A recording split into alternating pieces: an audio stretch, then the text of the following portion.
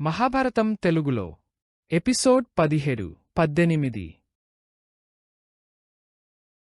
కృష్ణ నిర్యాణం తరువాత పాండవులు మెత్తబడిపోయారు. పూర్వపు రాజసము, దర్పము ఎవరిలోనూ లేవు.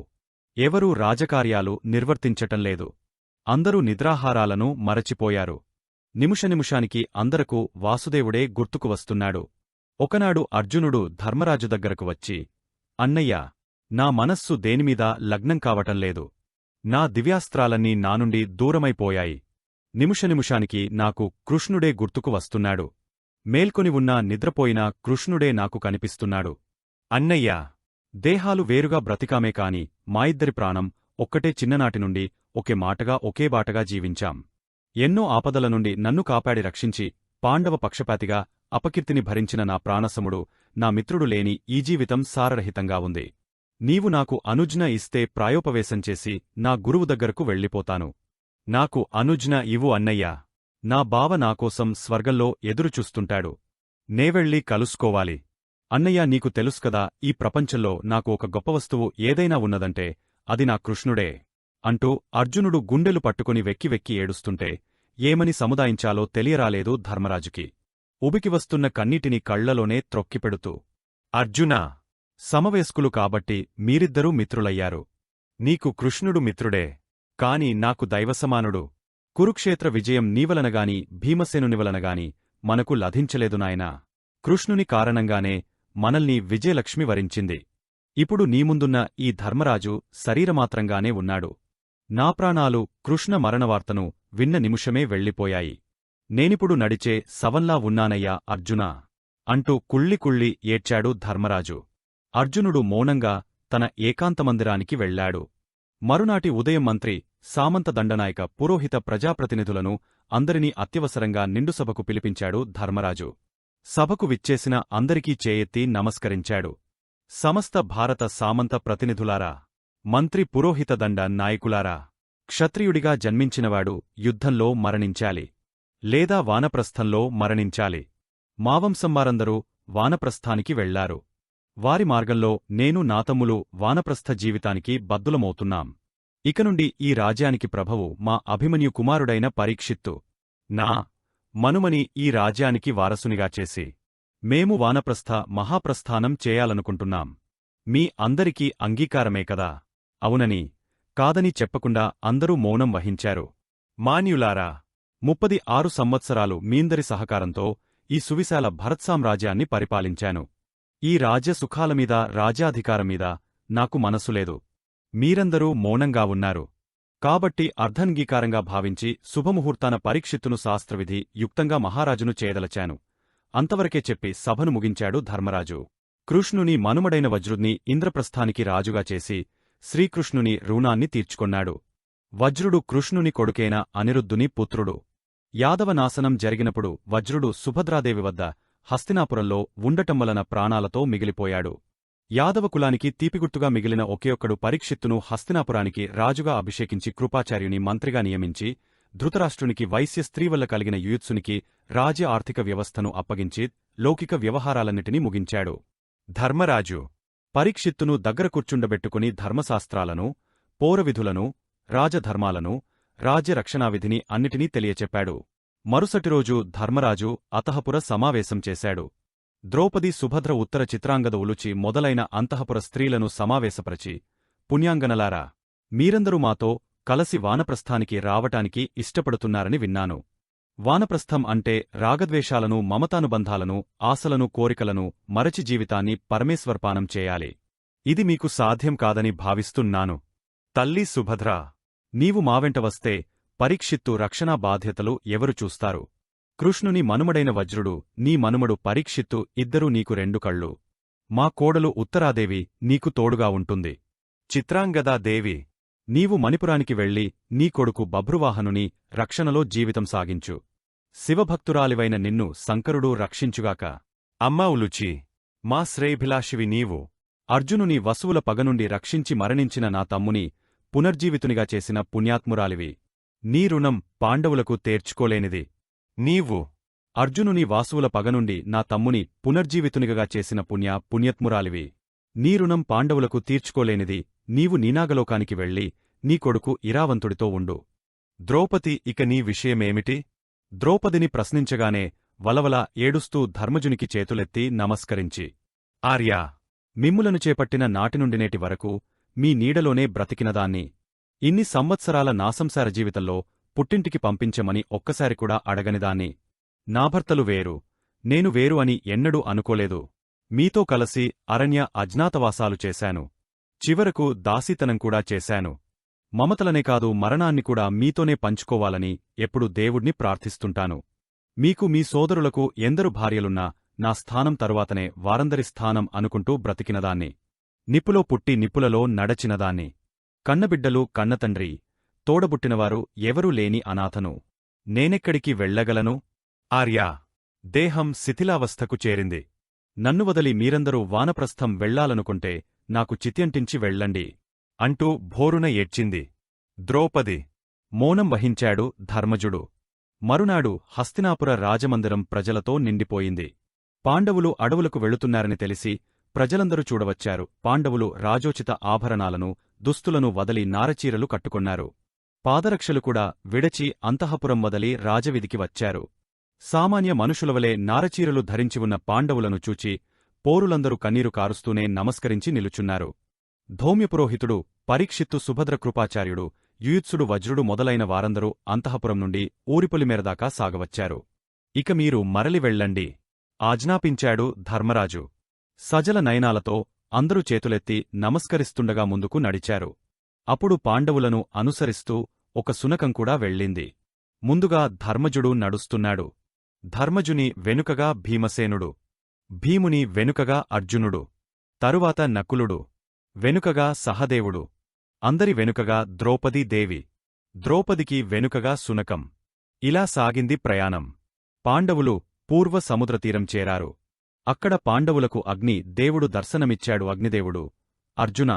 ఖాండవ దహనం సమయంలో దైవకార్య నిమిత్తమై గాండీవ ధనస్సును నీకు ప్రసాదించాను.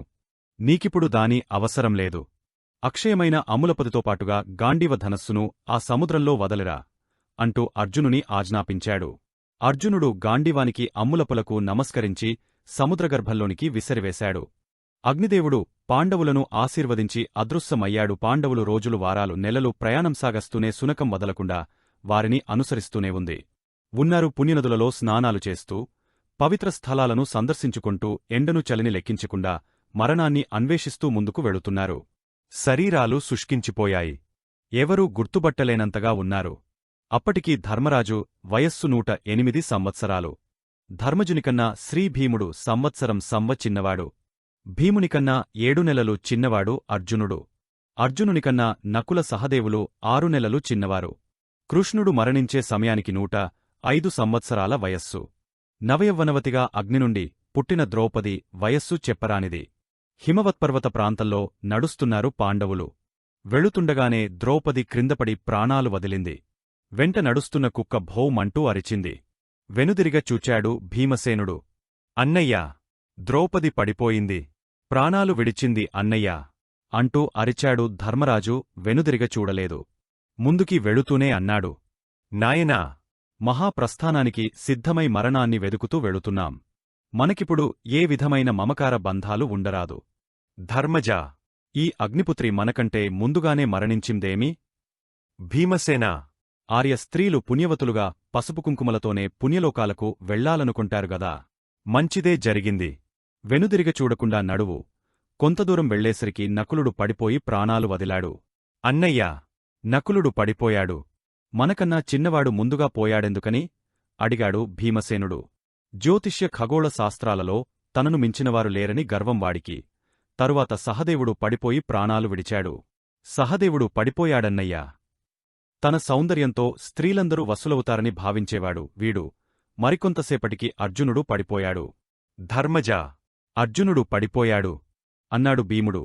ఒక్కరోజులోనే యుద్ధాన్ని పూర్తి చేస్తానని చెప్పి మాట తప్పాడు. తరువాత భీమసేనుడు పడిపోతూ, అన్నయ్యా! నా నేరమేమిటి? అడిగాడు. నీవు అతిభోజన ప్రియుడవు.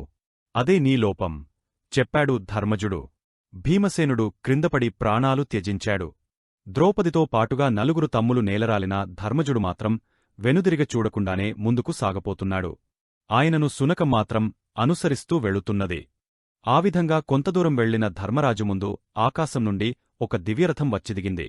ఆ దివ్యరథం నుండి దేవేంద్రుడు దిగాడు. ధర్మరాజు ఆ స్వర్గాధిపతికి సాష్టాంగ ప్రణామం చేశాడు. యుధిష్ఠిరా! స్వర్గలోకం నుండి నీకోసం రథం తెచ్చాను. శరీరంతోనే నిన్ను స్వర్గానికి తీసుకువెళ్లదలచాను. వెళదాంపద అన్నాడు దేవేంద్రుడు. స్వర్గాధిపతి! ద్రౌపదితో పాటుగా నా తమ్ములు నలుగురు మరణించారు. ముందుగా వారికి స్వర్గనివాసాన్ని కలిగించు ప్రార్థించాడు ధర్మజుడు. కలిగించాను. ఇక పద వెళదాం. అమరాధిపతి! నాదక్క మనవి. ఈ సునకం హస్తినాపుర నుండి ఇక్కడి వరకు నన్ను అంటిపెట్టుకుని వచ్చింది. ఈ సునకాన్ని కూడా నావెంట రావటానికి అనుమతించాలి. దేవేంద్రుడు నవ్వుతూ, యుధిష్ఠిరా! ఎన్నో ధర్మాలు తెలిసిన వాడవు. ధర్మరాజు అన్న బెరుదు పొందివాడవు. స్వర్గలోక ప్రాప్తి మానవులకేగాని ఈ నీచప్రాణి సునకానికి ఉండదు. దాని మానాన దాన్ని వదిలివేసి దివ్యరథం ఎక్కు అన్నాడు. స్వర్గాధిపతి! స్వర్గలోక నియమాలు నాకు తెలియవు. ఈ కుక్క నన్ను నమ్మి ఇంతకాలం నన్నే అనుసరించి వచ్చింది. నన్ను నమ్మినవారికి లేని స్వర్గం నాకెందుకు? మీరు వెళ్ళిపోండ్. జీవిత చివరి క్షణంలో ధర్మమార్గం తప్పి నడువలేను. మహాత్మా! నన్ను క్షమించండి అంటూ ముందుకు సాగపోబోయాడు ధర్మరాజు. ధర్మజుని అనుసరించివచ్చిన సునకం ధర్మదేవునిగా దర్శనమిచ్చింది. ధర్మదేవునికి పాదాలంటి ప్రణమిల్లాడు ధర్మజుడు. నాయానా! యుధిష్ఠిరా! ఒకసారి ద్వైతవనంలో యక్షుని రూపంలో నేనడిగిన ప్రశ్నలకు సమాధానమిచ్చి గెలిచావు. సునక రూపంలో ఉండి నేనిప్పుడు పెట్టిన పరీక్షలోనూ నీవే నెగ్గావు. నాకెంతో సంతోషాన్ని కలిగించావు. శరీరంతో స్వర్గానికి వెళ్లటమనేది నీకు కలిగిన మహద్భాగ్యం. ఎంతటి పుణ్యాత్ములైనా శరీరంతో స్వర్గం చేరలేరు. పూర్వం సత్యహరిశ్చంద్రుని తండ్రి త్రిశంకు మహారాజు శరీరంతో స్వర్గం చేరాలని ఎంతగానో ప్రయత్నించి సఫలం కాలేకపోయాడు. అప్రయత్నంగా నీకు లభించిన అదృష్టమిది. దేవేంద్రుడే స్వయంగా నీకోసం వచ్చాడు. వెళ్ళి రథం అధిష్ఠించు. ధర్మరాజు దేవరథం ఎక్కాడు. ధర్మరాజు స్వర్గానికి రాగానే తన సోదరుల కోసం వెదికాడు. భీష్మ కర్ణాభిమన్యుల కోసం అటూ ఇటూ చూచాడు. కుంతి ద్రౌపదుల కోసం కలయచుచాడు. ఎవరూ కనిపించకపోయేసరికి స్వర్గాధిపతి నా సోదరులు ఎక్కడ అని అడిగాడు. ధర్మజా! స్వర్గానికి వచ్చికూడా నీకు భూలోక బాంధవ్యం పోలేదు. భవబంధ కారణమైన శరీరాన్ని నీవు వదిలేవరకు నీకు సుఖదుఃఖాలు తప్పవు అంటూ దేవదూతలను తోడిచ్చి నీవారిని చూచిరమ్మని పంపించాడు దేవేంద్రుడు. ధర్మరాజు 10 అడుగుల దూరం వెళ్లగానే దుర్యోధనుడు ఒక రత్నసింహాసనమీద కూర్చుని అమరభామల సేవలందుకుంటూ కనిపించాడు. అది చూచి ధర్మరాజు ఆశ్చర్యపడుతూ, దుర్యోధనుడు ఇక్కడున్నాడేమిటి? కులవధువును కులటను చేసి చీరలుడదించ ప్రయత్నించిన వీనికి సురలోక ప్రాప్తి ఎలా కలిగింది? దుర్మదంతో దుర్బుద్ధితో బంధుమిత్రపుత్ర పరివార సమేతంగా ప్రాణాలు బలిగొన్న తులువకు స్వర్గమా? అధిక్షేపించాడు. ధర్మరాజు! కురుక్షేత్రంలో మరణించినవారికి స్వర్గనివాసం కలుగుతుందిగదా అన్నారు దేవదూతలు ముందుకు నడుస్తూ. ధర్మరాజు కొంతదూరం వెళ్లేసరికి భరించలేని దుర్గంధం వచ్చింది. ముక్కు రంధ్రాలు పగలిపోయేటంత చెడుకంపు కొట్టింది. ముక్కు నోరు మూసుకొని చీము నెత్తురు మలమూత్రాలు నిండిన వైతరణి నదిని చూచాడు. ధర్మజా! అదిగో చీము నెత్తురులతో మలమాంసాలతో నిండి ప్రవహిస్తున్న ఆ నదిపేరు వైతరణి అంటారు. పాపాత్ములందరూ ఈ నదిని ఈదవలసిందే. ఇదిగో ఇటు చూడు. దీనినే నరకలోకం అంటారు. ఎంతటి గొప్పవాడైనా చేసిన తప్పులకు ఇక్కడ శిక్ష అనుభవించవలసిందే. సర్వప్రాణ సమవర్తియైన ధర్మదేవుడు శిక్షలను నిర్ణయిస్తాడు. అదిగో చూడు. నరకలోకాన్ని పరిచయం చేశారు దేవభటులు. దేవభటులారా! ఏమిటి శిక్షలు? వివరణ అడిగాడు ధర్మజుడు. సలసల మరుగుతూ ఉన్న వేడినూనెలోపడి కరకరలాడుతూ కేకలు పెడుతున్నవాడు వావివరుసలు మరచి స్త్రీసంగమం చేసినవాడు. అదిగో అక్కడ ఉక్కురంపాలతో ముక్కలు ముక్కలుగా కోస్తున్నారు కదా వాడు అన్యాయ అక్రమాలు చేసి డబ్బు సంపాదించినవాడు. అటుప్రక్కగా ముళ్లగదలతో రక్తం చిందిపడేటట్లు కొట్టబడుతున్న స్త్రీ వ్యభిచార వృత్తితో పరుల సంసారాలను నాశనం చేసిన ఆడది. అటువైపుగా ఇనుప ముక్కులు ఉన్న గ్రద్దలు వెంటాడి మాంసాన్ని పీక్కుతింటున్నాయి చూచావా? వాడు అన్నదమ్ములను అక్కచెల్లెళ్లను స్నేహితులను మోసం చేసినవాడు. ఆ మారుమూలన చర్మం లేచివచ్చేట్లు ఇనుప కొరడాలతో కొడుతుంటే రక్తం కారుతున్న దేహంతో గావు కేకలు పెడుతున్నవాడు. తల్లిదండ్రులను గౌరవించక అనాదరంగా చూచినవాడు. ఆవంకగా చుర కత్తులతో నిలువుగా చీల్చబడుతున్నవాడు. అబద్ధాలు చెబుతూ నమ్మక ద్రోహం చేసినవాడు. మరొక ప్రక్కగా నిలుచుండబట్టి నిలువెల్లా ఉక్కుమేకులాతో దిగగొడుతున్నారే వాడు ఆడవారిని వేసిలుగా మార్చి తార్చినవాడు. ఆవైపుగా క్రిందపరుండపెట్టి నోటినుండి రక్తమాంసాలు వచ్చేట్లుగా ఏనుగులచేత త్రొక్కిస్తున్నారు చూడు.